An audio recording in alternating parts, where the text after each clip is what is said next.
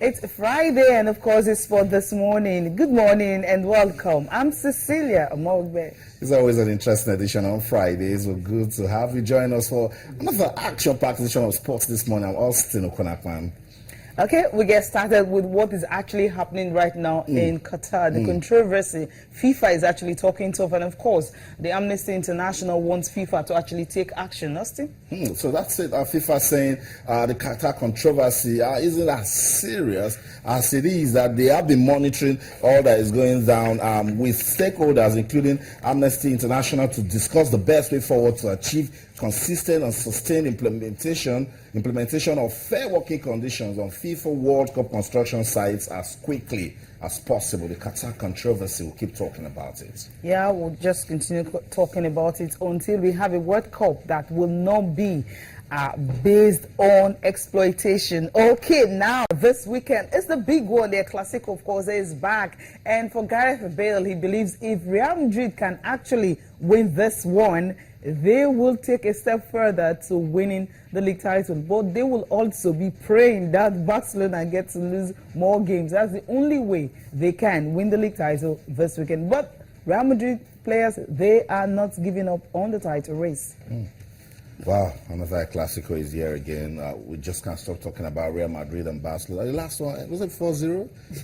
Was it? Yeah, that's what happened. Yeah, it wasn't really a good one for Real Madrid. But let's see if they can bounce back this time around. I think there's just something about this Real Madrid team that is not showing us the sort of spark we know them for. But then when you have Luis Suarez, Neymar, Messi playing the best football ever that you can think of, Iniesta still on fire. Wow, so I don't know. I think it's still going to be same of the same. Same of same, definitely. Yeah. Okay, but we're talking about the Qatar controversy and what's actually going down right now, and what FIFA, what they're saying, how they're trying to actually work things out to ensure that they are having a fantastic, or rather a wonderful World Cup, because all eyes right now are on Michel Platini. Michel Platini, Infantino, that's the new FIFA president, that he needs to take action. He needs to actually do something. But the organizers of the 2022 World Cup in Qatar, they're saying that, look, most of the things Amnesty International actually highlighted, they are working on it. They've actually worked on so many. And some of the companies that actually recruited those people from Naples, from India, some of them have even been banned from continuing with the construction works ongoing at the various stadiums and all that. And they expect about 36,000 people also coming in to continue with all other stadiums they want to bring built for the World Cup. So it's a big one, and the thing is, FIFA actually informed the Amnesty International about the outcomes of the investigations, and this took place February to May 2015, the working conditions and all of them and all that, especially the Khalifa International Stadium and the green spaces in the surrounding Aspire zone in Doha, Qatar. And FIFA actually responded by saying that, look, they've actually written to the Supreme Committee to see how they can actually, turn things around. So they're saying that those reports that Amnesty came with, they've actually worked on so many of them. So they said it's something that they cannot just do immediately, that they can actually eradicate it, but they are curbing it slow by slow. So before you know it, by the end of this year, you no longer have the kind of conditions the migrants are facing. You saw some pictures there of where they're living. Some of them will even be brought in, money will not be paid, or the amount agreed on at the end of the day for like months, and they're actually forced to work in conditions that they are really not happy with. So for FIFA, they actually need to take action now, not just talking and talking and talking. Go there and monitor what's actually going on. And that's why FIFA's head of sustainability, Federico Adeche, for Cecilia, he said that, look, Amnesty International relax. We're fully aware of the risks facing construction workers in Qatar, but they are also confident that the measures taken by the Supreme Committee for Delivery and Legacy are the appropriate ones and have already improved the situation for migrant workers working on FIFA World Cup construction sites. They've also told Amnesty International, look, that we're in charge. We understand what's going on. We always monitor these things. It's 2022, but we will ensure that compliance, that people stay with the standards. And that's the quote right there. So we're fully aware of the risk facing construction workers in Qatar, and we are confident that the measures taken by the Supreme Committee for Delivery and Legacy are the appropriate ones and have already improved the situation for migrant workers working on FIFA World Cup construction site. So that's just some, words for comfort from FIFA. But these things will come up. I said it yesterday. I remember how construction workers were also protesting in South Africa. They did the same thing in Brazil. But when the real deal starts, when it's time for the World Cup, when it's time for football, everybody will forget about their worries and come watch the football. And come watch the football. That's what is important. Well, let's listen to the Secretary General of Amnesty International, what he had to say concerning what FIFA needed to do to actually ensure that we don't have a World Cup where you have workers being exploited. The new leadership of FIFA are going to be watching this for the next 6 years between now and the World Cup, and they end up there in 2022. And you have a World Cup built on the backs of exploitation of laborers. I think it's going to be very, very shameful. So this is really a wake-up call to the new leadership. We are saying you haven't done anything for the last 5 years. It's still not too late. Take action now, because this is the first of the stadium. There are many more to be built. Next year there's going to be 36,000 workers there. Today there's only about 3,500. Take action now. 90% of the Qatar population is migrant workers. There's only 10% local people there. So if you have 90% of the population that's being exploited, and the World Cup that's being created around that exploitation, it's going to be very shameful. And I don't think the football fans are going to accept this. So that's right. Not acceptable. Whatever they're doing, having you and I in mind, the football fans out there, just to ensure that, they meet up to standards.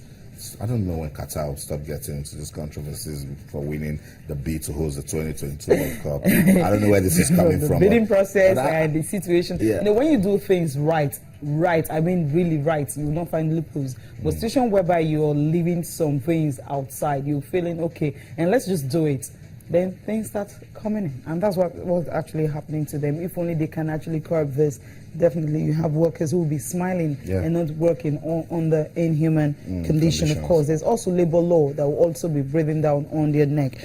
Okay, now, what's the updates concerning the ITTF Nigerian Open? And also, we have the under-16. All of them is a busy season for table tennis in Nigeria. That's right. And we've been talking about table tennis in the last 3 months, and seems to be good news. You know what? I think what they're doing is, these people, they always talk about table tennis, so let's find what we're going to do to make them talk again. Well, we'll get ready for the Nigerian Open. It's an ITTF, International Table Tennis Federation, sanctioned tournament. Omar Asa came here to beat Aaron Okodri last year, but it's okay. Dina Meshev also won for the ladies. But with what we're seeing now, we're hoping that Aaron Okodri bounces back stronger. But it's not about the big guys now. If you know you can play table tennis, there's a qualifying event.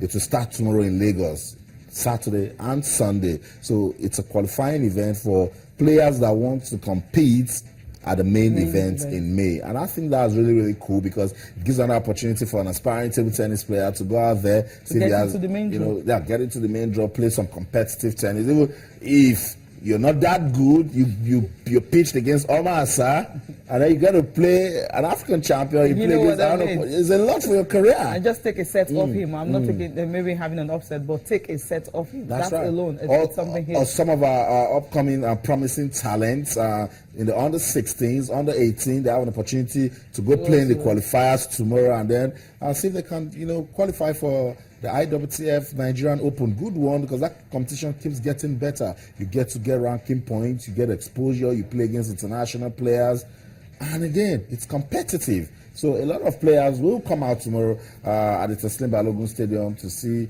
at the National Stadium, the National Table Tennis Training Center at the National Stadium, Studio Lagos, to see if they can book a place in the Nigerian Open. Very good one, and I like it. It's definitely a big one. And of course, they said there are hundreds of players actually in Nigeria right now, actually in Lagos right now. The ones that can just hold it back to go out there. You never ready for the qualifiers. That's actually huge. And some of them have to actually watch the Under-16 National League ongoing right there at the stadium, because they were able to cheer them up and all. I just want to see 2, 3, or 4 players from that Under-16 league to actually participate in the main draw called May. Make you smile, because that means we're securing our future already.